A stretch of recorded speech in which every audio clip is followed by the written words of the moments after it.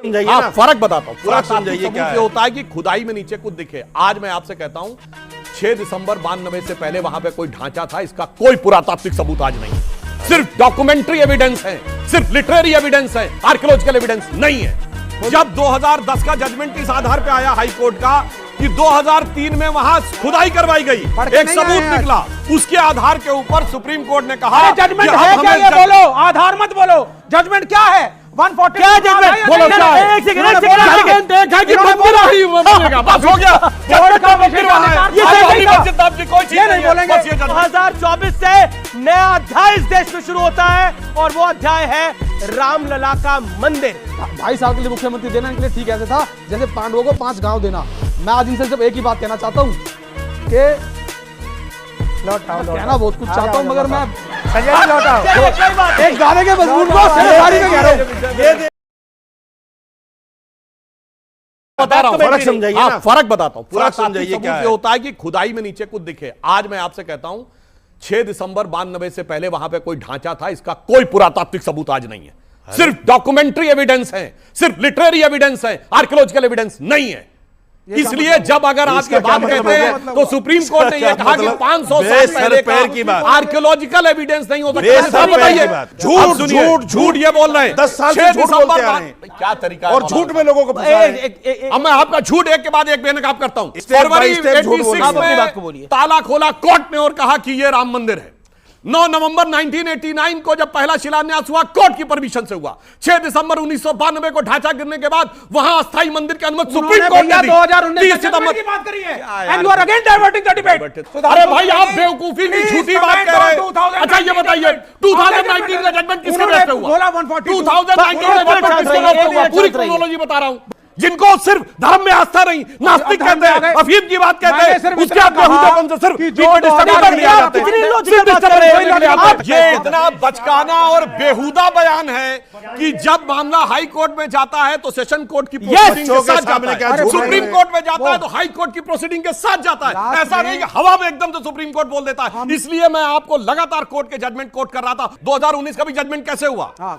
जब 2010 का जजमेंट इस आधार पे आया हाई कोर्ट का कि 2003 में वहां खुदाई करवाई गई, एक सबूत निकला, उसके आधार के ऊपर सुप्रीम कोर्ट ने कहा जजमेंट है क्या, ये बोलो, आधार मत बोलो, जजमेंट क्या है? 140 क्या जजमेंट बोलो, क्या है? एक सेकंड है कि मंदिर ही बनेगा, बस हो गया। कोर्ट का मंदिर है, ये सही आपकी कोई चीज नहीं बोलेंगे, बस ये जजमेंट है। बिल्कुल सही, बिल्कुल सही। नमस्कार भाई साहब, सब हाँ बिल्कुल, हाँ सही है, बिल्कुल सही, क्या बोल रहे हैं? बिल्कुल सही, बिल्कुल सही, बिल्कुल सही। नहीं आपने इनको प्रणाम करा, अच्छी बात है।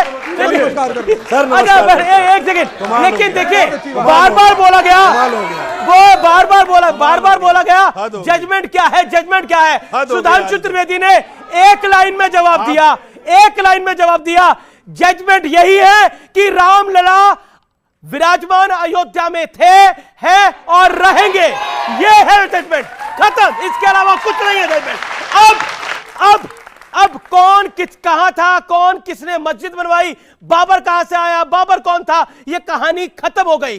अब 2024 से नया अध्याय इस देश में शुरू होता है और वो अध्याय है रामलला का मंदिर। और अब किसी को टेसुओं बहाने हैं, आंसू बहाने हैं, बहाता रहे, लेकिन रामलला विराजमान हो गए हैं और अगले 100, 200, हजारों सालों तक वहां पर रामलला ही विराजमान रहेंगे, क्योंकि सत्य के तथ्य बड़े मजबूत होते हैं।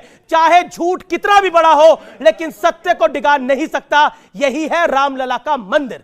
सीधी सी बात यह है, बस इसके आगे, क्योंकि बार बार जजमेंट क्या है, जजमेंट क्या है, विषय वो नहीं है। अब अच्छा कवर बाबर का ढांचा खत्म हुआ, रघुवर का मंदिर खड़ा हुआ।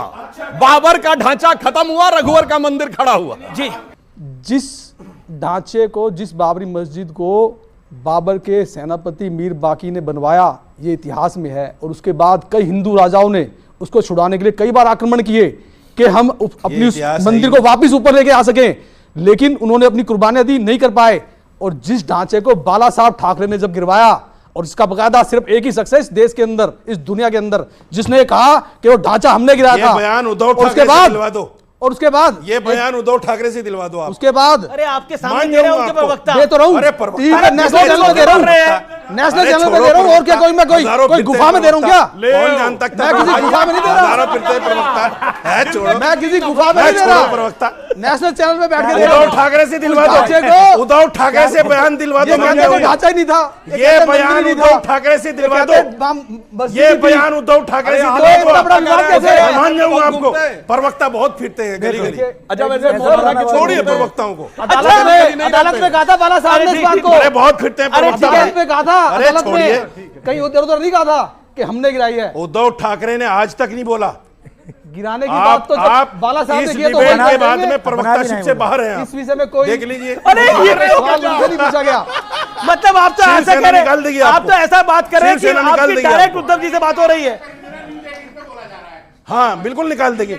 आप लिख लो मेरी बात, अगर इनको ना निकाल दिया गया तो बोलना। ऐसा नहीं है, ये सच्चाई है कि बाल ठाकरे जी ने किया, पर मेरा क्वेश्चन यह भी है कि आपने बाल ठाकरे जी ने क्यों बीजेपी को छोड़ दिया? इतने अच्छे अगर आपका गठबंधन था, उद्धव ठाकरे जी ने क्यों छोड़ दिया? ये भी गलत है। एक मिनट, सिर्फ एक मिनट इससे बोल देता हूं। फंस गए हाँ, बोल दे तो। बेचारे फंस गए हैं। ठीक है, सुनिए, बाला साहब ठाकरे और शिवसेना एक ऐसी पॉलिटिकल पार्टी है जिसने 25 से 30 साल सत्ता के साथ समझौता किया और ये चाह के बीजेपी केंद्र में शासन में आए। सिर्फ एक महाराष्ट्र ही था जिसको बाला साहब हमेशा ये चाहते थे कि हमारा मुख्यमंत्री हो। 2.5 साल के लिए मुख्यमंत्री उन्होंने उस आदमी को नहीं, उस व्यक्ति को, उस परिवार को नहीं दिया जिन्होंने केंद्र में इनकी सरकार बनाई। 2.5 साल के लिए मुख्यमंत्री देना इनके लिए ठीक ऐसे था जैसे पांडवों को 5 गांव देना।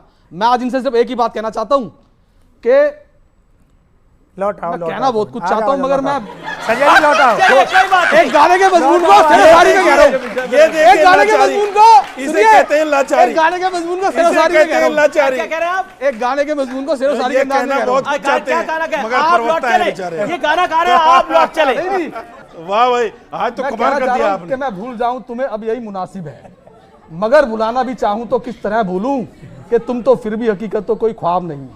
जी जहां तो दिल का ये आलम है कि क्या कहें तुमसे, भुला सका ना मैं वो सिलसिला भी जो था ही नहीं, वो एक ख्याल जो आवाज तक गया ही नहीं, वो एक रब जो तुम में हम में कभी रहा ही नहीं, मुझे याद वो सब भी जो कभी हुआ ही नहीं।